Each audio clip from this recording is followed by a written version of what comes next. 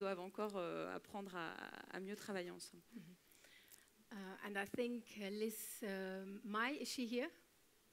Yeah, because we've spoken about that. She has been in the audience also before. You know her. She's a triathlete from Luxembourg. Today she works as a lawyer at the European Court of Justice. She has studied in Copenhagen, and you've competed twice at the Olympics. You say that it is not in the interest of sport federations to support athletes when they study, and you say that this is the case internationally. Yes, I do. I put it down partially to the funding structure, which is result-based. And I've always been focused on dual career because I've done it myself, and whatever young athlete would listen to me, I've always advised to do dual careers. But I've traveled the world, and I've come across some examples that really scared me, where federations or coaches were actually sabotaging a dual career project. You said something very interesting to me that a coach told you. Yes, here I would like to quote my own coach when I said I was going to study law. He said, "You can't study law, you're far too stupid." Fortunately, I was able to hide this fact from the University of Copenhagen. I did get my degree. Well done. Thank you. But I've also encountered it where another national coach flew under the radar of the excellence system in Denmark. He actually forbade his entire group, his entire training group, to study. And another example was the New Zealand Triathlon Federation, who told a young athlete I was in contact with, they told her, "We're not going to fund you unless you stop studying." So I think that's quite scary, because these are countries that pride themselves on having a great system, and they do, but things like that fly under the radar. And I think, like Guy said, there should be accountability and responsibility there should be more awareness of these things happening. Okay, so there needs to be a lot of work that needs to be done. So I would like to know from Martin Ostermann, where is he sitting? Ja, Sie sind Nationaltrainer und Sportdirektor des luxemburgischen Tischtennisverbandes. Sie sagen, dass Sie schon die Idee der dualen Karriere unterstützen. Machen Sie das jetzt, sagen Sie das jetzt nicht nur öffentlich, sondern auch im Training? Unterstützen Sie die Idee im Training, oder ist das auch so wie im Triathlon? Nein, das unterstütze ich auch im Training natürlich, weil ich ganz dick unterstreichen möchte, was der Laurent Canol in der Session vorher erwähnt hat auf dem Platz, dass so eine klassische, ich habe auch Sportler gesehen, Profisportler in unserer Sportart, die nichts nebenbei gemacht haben, außer dem, was er beschrieben hat, Playstation oder wie auch immer die Dinge alle heißen, zu spielen und sich aufs zweite Training schlafend vorzubereiten. Und die Beschäftigung, eine geistige Beschäftigung in der Zwischenzeit ist, denke ich, sinnvoll, und das auch in Sportarten, wo man sich vielleicht auch ohne das eine ökonomische Basis schaffen kann. Und Sie denken auch, dass es wichtig ist für Sportler, dass das, was sie studieren, sinnstiftend ist? Ja, natürlich. Warum soll ich sonst studieren? Wenn ich keinen Spaß daran habe, brauche ich nichts zu studieren. Warum soll ich auf eine Uni gehen und das interessiert mich eigentlich nicht? Das ist eine mehr verlorene Zeit, kann ich mir eigentlich gar nicht vorstellen. Dann gehe ich lieber und mache eine Schreinerlehre oder ich weiß nicht was. Ich habe nach der Sportkarriere in der Regel noch einen längeren Zeitraum, den ich sinnvoll verbringen kann. Und dann sollte der größte Teil, und das ist neben Schlafen, neben die Arbeit, sollte erfolgen mit einer Sache, an der ich Spaß habe. Okay. Sie unterstützen das also. Monsieur Godard, vous vouliez encore ajouter quelque chose? Oui, pour aller dans le sens de Léonore et de cette jeune triathlète, l'entraîneur est valorisé par la réussite sportive de son athlète, c'est ce qu'on vient de dire. Et c'est vrai que, notamment à l'INSEP, c'est que le double projet étant obligatoire depuis 1984, les entraîneurs disaient « t'as qu'à faire des études de sport ». au moins ça ne te prendra pas trop de temps et puis tu pourras t'entraîner. Et ça, c'est vrai. Ça a été vrai encore il y a une dizaine d'années. Depuis 10 ans, le dispositif qu'on a mis en place permet de faire, et je vais vous donner des chiffres, s'il y avait une vingtaine de sportifs de haut niveau qui faisaient des études extérieures à l'INSEP, dans les grandes écoles, les facs, etc., aujourd'hui, on est à 162. Donc ça veut dire qu'on arrive à inverser cette tendance-là, mais je n'exclus pas le fait qu'il y ait encore des entraîneurs qui œuvrent d'une manière pas si directement que l'a dit cette jeune triathlète, mais qui œuvrent en disant si tu fais des études de sport, tu pourras te consacrer plus souvent à ton activité sportive.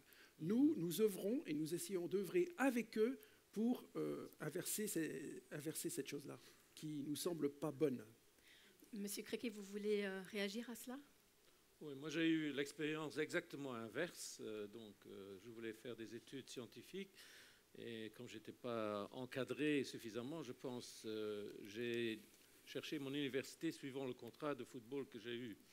C'était au Daring-Molenbeek, maintenant c'est devenu très connu. Et donc j'avais un contrat et je me suis dit, tu vas aller à l'université de Bruxelles, et je me suis dit, bah alors autant faire le sport, ça va se marier ensemble avec la carrière sportive. Ce n'était pas du tout le cas. J'arrivais chez le directeur ensemble avec mon copain Paul Philippe et on leur disait mais comment on fait pour certains problèmes qu'on va avoir avec l'entraînement et les compétitions. Et il m'a dit, eh bien, écoute, tu fais des études universitaires ou bien tu fais du football, hein, comme tu veux. Et donc, mon collègue Philippe Paul avait un meilleur contrat, il a fait le football et moi j'ai fait l'université. Donc, je peux vous dire, il n'y avait aucun avantage à faire du sport à l'époque. Enfin, ça fait 45 ans. On a encore un autre entraîneur dans la salle, Bernhard Baldinger. Er ist der Nationaltrainer des Luxemburgischen Radsportverbandes. Sie sagen, Schule ist das Wichtigste. Ganz viele ihrer Sportler, die machen ein Fernstudium. Die älteren Sportler schon. Man muss hier nochmal sagen, das Sportlycée gibt im Nachwuchsbereich bis 19 hervorragende Plattform, aber später müssen wir sehr viel oder noch mehr tun. Ich darf die 10% sagen. Wir kennen den Eisberg alle, wir sehen 10%, das ist die Spitze, vielleicht die eine Profikarriere einschlagen, aber wir müssen uns um die 90% kümmern, die unter Wasser sind. Und da ist es wichtig, einfach das zweite Standbein zu vervollkommnen, Sensibilisierung der Eltern, alle sensibilisieren, dass die Sportler, die zwar alle ihren Traum haben, dass sie ihre zweite Karriere auch gleichzeitig vorantreiben. Jetzt ganz viele Leute machen ein Fernstudium, aber Sie denken auch, die Uni hier in Luxemburg könnte auch mehr tun? Selbstverständlich, aber im Moment gibt es die Uni Luxemburg, denke ich, nur in dem individuelle Lösungen nach Absprachen, aber es gibt keine gesetzliche Grundlage, um das durchzuziehen. Aber Sie würden das unterstützen. Ich glaube, Herrn Marc, Sie würden das auch unterstützen. Vous dites que chaque athlète a une fenêtre d'opportunité qu'il ne faut pas rater. Et dans ce sens-là, l'université luxembourgeoise peut jouer un rôle. Qu'est-ce qu'elle devrait offrir? L'université de Luxembourg, évidemment, fait l'étape supérieure par rapport au sport lycée. Au niveau du comité olympique, nous avons toujours, lorsque nous avons discuté de la mise en place du sport lycée, insisté pour qu'il n'y ait aucune diminution du diplôme ou des diplômes délivrés par le lycée par rapport aux autres lycées. Avec mon chapeau de directeur du personnel à l'époque, j'ai toujours dit, s'il n'y a pas le même diplôme, probablement que je ne vais pas engager quelqu'un qui sort d'un tel lycée qui n'a pas une formation complète traditionnelle. Et en tant que parent, avec le chapeau pareil, probablement que je n'aurais pas recommandé à mes enfants d'aller dans un tel lycée. Donc il faut une orientation et un diplôme normal. Ce qui, évidemment, implique également pour la dual carrière qu'il y ait des aménagements. Et ces aménagements-là, au niveau du sport lycée, c'est très bien rempli. Et au niveau de l'université, ce n'est pas encore le cas. Nous avions des contacts depuis plusieurs années déjà. Nous avons une liste de choses, en partie copiées à l'étranger. Il y a des statuts de l'étudiant sportif d'élite en Belgique, en France et dans d'autres pays. Et on était assez proche de le réaliser au Luxembourg, mais ce n'est pas encore le cas. Mais je n'exclus pas du tout qu'on puisse le réaliser rapidement. Il y a eu des changements et en tout cas c'est une des priorités. Surtout aussi si nous voyons la dimension européenne. Nous avons plaidé cet après-midi pour des informations, un networking, des arrangements entre les différentes universités. Évidemment, si le Luxembourg veut profiter des statuts qui existent en Belgique ou en France, on doit être prêt aussi d'avoir un statut comparable ou même peut-être plus avancé au Luxembourg pour les athlètes locaux et étrangers aussi. Donc c'est sûrement une de nos priorités. Donc, Monsieur Maisch, vous pensez que vous pourriez négocier de tels aménagements avec l'Université du Luxembourg? Jusqu'où vont vos pouvoirs en tant que ministère de l'Éducation nationale? Comme toutes les autres universités dans notre pays, notre université est une université publique financée par l'État, mais de l'autre côté, elle est autonome. Elle prend ses propres décisions au niveau du recrutement, de l'admission et de son propre fonctionnement. Mais pourtant, je crois qu'il y a quand même des possibilités. Je suis tout à fait d'accord avec l'université quand elle dit qu'on veut garder un contrôle complet sur l'admission. Là, je crois que ce sera très, très difficile de donner une priorité aux athlètes, aux sportifs de haut niveau.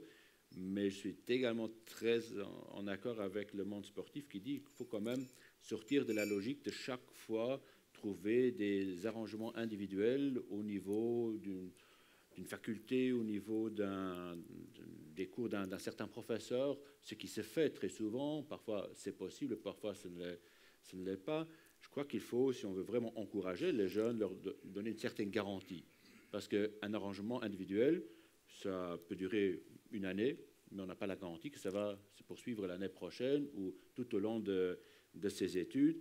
Et un jeune qui veut se lancer dans ses études, il veut avoir justement cette garantie de pouvoir faire les deux, le sport et continuer ses études d'année en année. Donc là, je suis tout à fait ouvert à discuter d'un côté avec le monde sportif et de l'autre côté avec l'université pour trouver des solutions, mais des solutions plus systématiques comme on les a aujourd'hui, tout en respectant les différentes notions de l'autonomie de notre université. Mais je suis très proche de M. Godard qui a dit qu'il faut faire comprendre à l'université qu'un jeune sportif, c'est une plus-value pour une université. Quand on est ouvert à des jeunes sportifs, que ça apporte également quelque chose à une université. M. Craig disait qu'un jeune sportif de haut niveau qui fait une carrière internationale, c'est quelqu'un qui représente son pays aussi. Mais un jeune sportif de haut niveau, c'est quelqu'un qui représente son université aussi. Et l'expérience qu'on fait toujours dans le domaine du sport, ça rapporte également quelque chose pour l'université, ça rapporte quelque chose pour le développement personnel. Et c'est très souvent, ce sont des gens qui, avec leur capacités cognitives, quand elles sont présentes, qui peuvent faire un parcours universitaire formidable même. Donc on a maintenant, donc c'est une très bonne nouvelle d'ailleurs, on a l'Université du Luxembourg, mais nous avons également l'armée. Et Monsieur Créquet, vous proposez aussi qu'on puisse rajouter une formation, que les athlètes qui se trouvent à l'armée puissent aussi avoir accès à une formation supplémentaire, ce qui n'est pas le cas pour l'instant. Donc là, il y a aussi quelque chose à faire pour ceux qui ne vont pas à l'université, mais que ceux qui sont déjà à l'armée puissent acquérir de nouvelles compétences. Oui, je crois que tous les sportifs, bien sûr, en général, ils ont premièrement en tête leur carrière sportive, ça c'est presque sûr et certain, Maintenant, pour équilibrer avec la carrière professionnelle, ça dépend des individus, ça dépend également de leur prédisposition, de leur ambition professionnelle.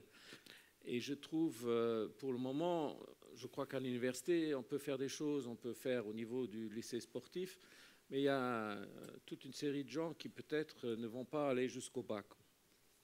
On les pousse, oui, mais bon, si ce n'est pas possible ou s'ils n'ont pas envie, qu'on leur donne quand même une formation et qu'on le fasse à ce moment-là, pendant la période où ils sont justement à l'armée, parce que je crois qu'il leur reste quand même pas mal de temps et on aurait une structure au niveau de l'armée qui soit plutôt une formation professionnelle, technique, qu'on puisse offrir ça, parce que tout le monde ne va pas être universitaire demain. Et donc, il faut penser à tous les gens qui n'arrivent pas à ce niveau, qui ne veulent pas avoir ces ambitions. Il faut quand même leur offrir quelque chose, parce que sinon, par après, ça risque d'être la dégringolade. Une fois que la carrière est terminée, on se voit devant un vide. Et si on n'a pas d'occupation intéressante, eh bien, la vie par après va être dure.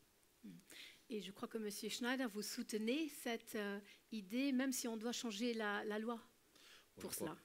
Parce qu'il faudrait changer la loi. Bon, il faut changer en tout cas les directives de la part de l'armée, et c'est là on discute depuis plusieurs années. Mais pour moi, l'essentiel est qu'effectivement, ce que Marc vient également de dire, qu'on sort effectivement de cette vision nationale. Et je crois que c'est surtout une vision européenne, et même une vision peut-être par après, vision internationale, qu'il faut y ajouter, parce que du fait qu'on a mis cette priorité, cette double carrière sur l'agenda du Conseil, sur l'agenda des directeurs qui en ont parlé, sur l'agenda donc de cette conférence, je dois dire qu'on doit essayer de trouver des solutions autres que dans son pays et d'avoir effectivement des relations au niveau européen avec des différents pactes qui puissent se faire et des pactes qui puissent se faire sans concurrence d'un pays à l'autre. Je crois que ça, c'est l'essentiel. De l'autre côté, je me joins également à Jeannot Créquet, il n'y a pas tous les sportifs, tous les talents qui vont aller à l'université. Donc pour ça, une autre idée pour moi, c'est effectivement de leur donner la bonne base et par après de trouver des liens avec le secteur privé. Parce que, comme vous venez de le dire, beaucoup de sportifs sont des ambassadeurs, sont quand même des personnes bien reconnues également au Luxembourg et peuvent d'un côté avoir donc des effets au niveau sportif, mais également travailler déjà au secteur privé. Je crois que dans différents pays, donc, ce jumelage, ce pacte entre sportifs et entreprises existe. Et pour moi, ça pourrait être également un modèle très intéressant que peut-être on pourrait également discuter et vraiment trouver une solution ensemble avec l'UEL ici au Luxembourg. Maintenant, avant qu'on passe et regarde les questions que vous avez envoyées, j'espère que vous n'avez pas oublié que vous pouvez envoyer des commentaires, des suggestions ou des questions à ce numéro de GSM. La dernière question, avant qu'on ne passe à vos commentaires, je vais la poser à M. Godard. On n'en a pas encore parlé, ni dans la table ronde précédente. C'est la motivation des sportifs. Elle dépend aussi évidemment du type de sport qu'ils font. S'ils ont le moyen de gagner beaucoup de sous avec leur sport ou pas. Donc la motivation change selon le sport qu'on fait. Alors, c'est vrai que d'un côté, comme je le disais tout à l'heure lorsque Bart animait la table ronde, nous, on fait du cousu humain. C'est-à-dire qu'on regarde quel est le sportif, ses capacités, son programme sportif, ses possibilités d'accéder au podium olympique et sa formation, son projet de formation, son projet d'insertion professionnelle. Et puis, de l'autre côté, on regarde aussi un certain nombre de réalités. Et ces réalités nous rappellent que, en fait, des sportifs vivent dans des environnements où le monde économique est très présent. Et ça, il ne faut pas le négliger. Ça veut dire qu'ils peuvent faire le métier de sportif de haut niveau sous différentes façons, je vais y revenir, et d'autres ne peuvent pas parce que la réalité économique, c'est tu dois être champion olympique, mais en même temps, tu dois, dans un premier temps, entrer en formation et dans un second temps, tu dois travailler parce que c'est comme ça. Et donc, alors, c'est c'est à peine caricaturé. C'est à peine caricaturé, mais l'aspect économique, je le disais tout à l'heure avec le handball, je veux dire par là, moi je jouais, comme je disais, je jouais entre un avocat et un médecin. Maintenant, il n'y a que des professionnels qui gagnent beaucoup d'argent pour ceux qui sont en équipe nationale. Et je peux vous dire qu'ils n'ont pas la même approche du double projet que les autres. Alors, nous, on a fait une chose, c'est qu'on est toujours sur le double projet, mais on s'adapte. C'est-à-dire qu'il y en a qui sont tout de suite dans le double projet, il y en a qui sont après, comme je disais, avec la reconversion. Et ça, on en tient compte et on a une approche globale, on a une approche intégrée avec les fédérations en disant voilà, voilà, voilà.